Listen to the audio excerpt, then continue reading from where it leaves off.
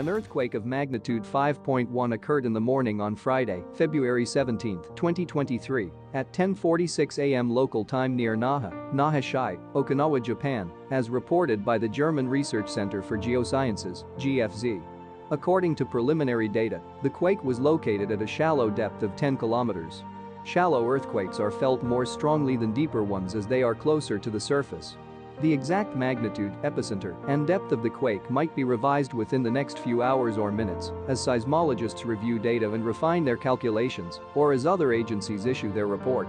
Our monitoring service identified a second report from France's Réseau National de Surveillance Sismique, RéNaSS, which listed the quake at magnitude 5.1 as well.